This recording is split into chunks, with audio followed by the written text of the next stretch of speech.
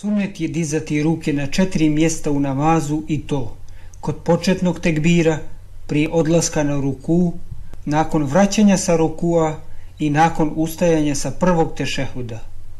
Ovo je stav većine učenjaka ovog umeta.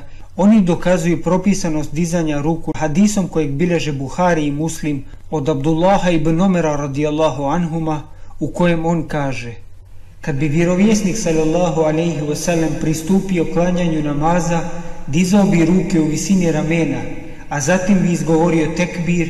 Kada bi htio da ode na ruku, podigao bi ruke poput toga, i kada bi podigao glavu vraćajući se sa rukua, također bi podizao ruke. A dizanje ruku poslije ustajanja sa tešehuda također se prenosi od Abdullaha ibn Omera radijallahu anhuma u hadisu kojeg bilježe Buharija i Ebu Davud, u kojem on kaže da je Allahov poslanik sallallahu alejhi ve sellem dizao ruke kada bi ustajao poslije 2 rekata.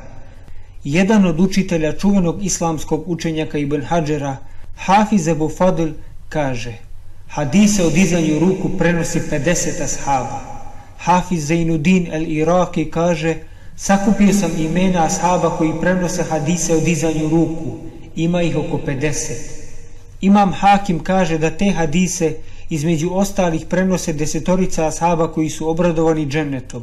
Rekao je Hasan el-Basri: ashabi Allahovog poslanika sallallahu alejhi ve sellem dizali su ruke u namazu bez izuzetka nekog od njih. Imam Buhari je rekao: ko bude smatrao da je dizanje ruku u namazu novotarija, taj vrijeđa ashabe, jer nema nijedne ispravne predaje da je neko od njih ostavio dizanje ruku u namazu. Nema ispravnijih hadisa od onih koji govore o dizanju ruku u namazu. Imam Šafija je rekao: nije dozvoljeno onome koji čuje hadis o dizanju ruku kod početnog tekbira, prije i poslije rukua, da ostavi rad po sunetu Allahovog poslanika sallallahu alejhi ve sellem. Poznati tabiin Tavus kaže da je vidio Ibn Omera, Ibn Abasa i Ibn Zubeira kako dižu svoje ruke u namazu. Hasan el-Basri kaže: ashabi Allahovog poslanika sallallahu alejhi ve sellem su dizali svoje ruke kada su išli na ruku i kada su se vraćali sa njega, tako da su od dizanja izgledale kao pokretne lepeze. Postavljamo pitanje iskrenom gledaocu: šta nakon svih ovih dokaza reći onima koji osuđuju ili čak zabranjuju praktikovanje ovog propisa? Imam Ahmed je, nakon što je bio upitan o tome, rekao: to ne zabranjuje osim novotar.